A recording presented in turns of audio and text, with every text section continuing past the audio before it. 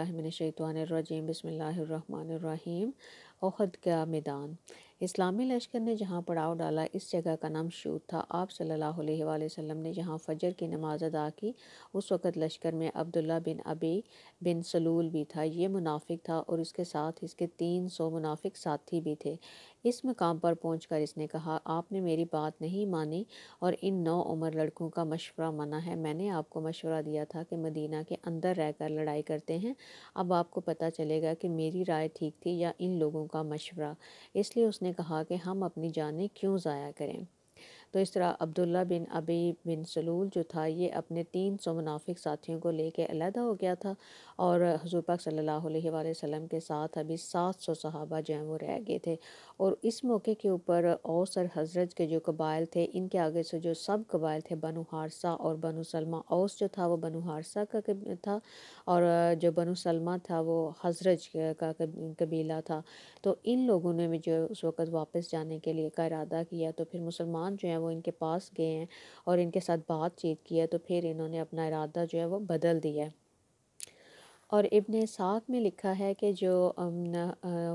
اسلامی لشکر جو ہے اس کا جو چہرہ تھا وہ مدینہ کی طرف تھا اور پیچھے کی طرف یعنی ان کی پشت کی طرف جو تھا وہ احد کا پہاڑ تھا اور ان کے بائیں طرف جو تھا وہ چھوٹا سا ایک پہاڑ تھا جس کو جبل العین کہتے ہیں اور بائیں طرف جبل روما تھا اور یعنی کہ تینوں طرف جو تھے وہ پہاڑ تھے۔ ایک طرف جو چھوٹا سا پہاڑ تھا جبل العین اس کے اوپر حضور پاک صلی اللہ علیہ وآلہ وسلم نے 50 تیر انداز جو تھے وہ مقرر کیے تھے۔ اب یہاں پہ حضور پاک صلی اللہ علیہ وآلہ وسلم نے جب لشکر کو دیکھا ہے تو آپ نے کہا ہے کہ جو 15 سال سے کم عمر کے بچے ہیں وہ واپس چلے جائیں، یعنی کہ اس وقت آپ نے جنگ میں شرکت کرنے کی جو عمر تھی وہ 15 سال مقرر کی۔ اور ان لوگوں میں جو واپس گئے ہیں ان میں اسامہ ابن زید ابن حارثہ، زید ابن ثابت، زید ابن ارقم، ابو سعید خدری، یہ سارے جو ہیں یہ واپس چلے گئے تھے۔ اور اس کے بعد آپ نے رافع بن حدیج اور سمرہ بن جندب رضی اللہ جو تھے ان دونوں کو بھی آپ نے جب واپس جانے کے لیے کہا ہے تو جو رافع بن حدیج تھے یہ 14 سال کے تھے تو ان کے گھر والوں نے کہا ہے کہ یہ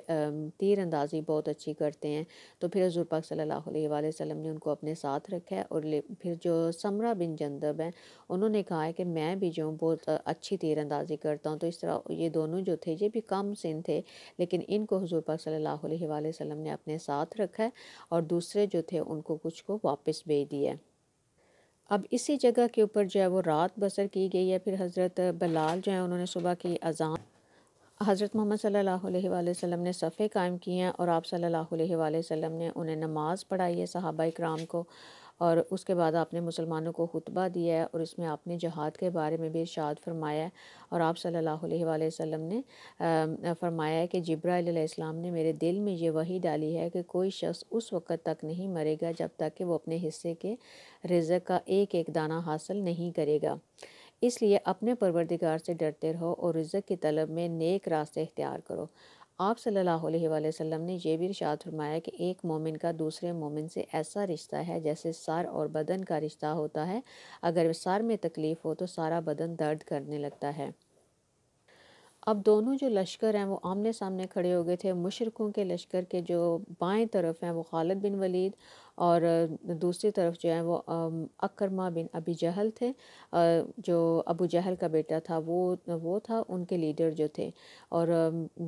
ایک طرف خالد بن ولید تھے۔ اور حضور پاک صلی اللہ علیہ وآلہ وسلم جو ہے انہوں نے حضرت زبیر بن عوام کو ایک دستہ دے کر فرمایا کہ تم خالد بن ولید کے مقابلے پر رہنا اور اس وقت تک حرکت نہ کرنا جب تک کہ میں اجازت نہ دوں۔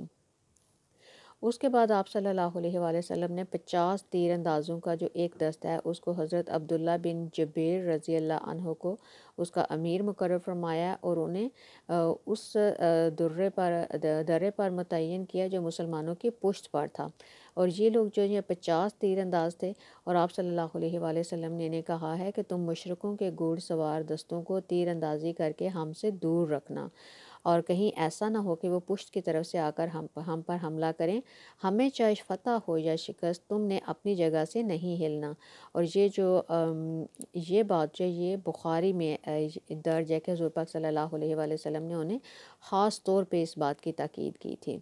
اس کے بعد حضور پاک صلی اللہ علیہ وآلہ وسلم نے ایک تلوار نکالی اور فرمایا کون مجھ سے یہ تلوار لے کر اس کا حق ادا کر سکتا ہے۔ اس پر کئی صحابہ اٹھ کر آپ صلی اللہ علیہ وآلہ وسلم کی طرف لپکے۔ حضرت زبیر ابن عوام جو ہے انہوں نے 2-3 دفعہ کوشش کی کہ آپ سے وہ تلوار لینے کی، لیکن حضرت آخر صحابہ کے مجمع میں سے حضرت ابو دجانہ رضی اللہ جو تھے وہ اٹھے اور انہوں نے عرض کیا کہ میں اس تلوار کا حق ادا کروں گا۔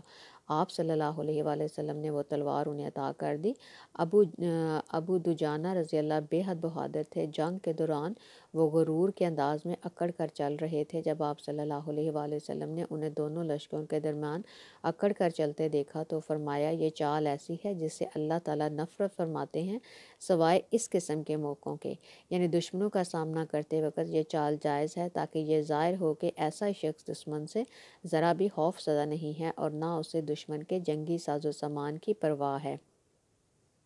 اب دونوں لشکر جو ہیں وہ ایک دوسرے کے بالکل نزدیک آ گئے ہیں۔ اس وقت مشرکوں کے لشکر سے ایک اونٹ سوار سے نکلا اور مبارزت طلب کی، یعنی مقابلے کے لیے للکارا،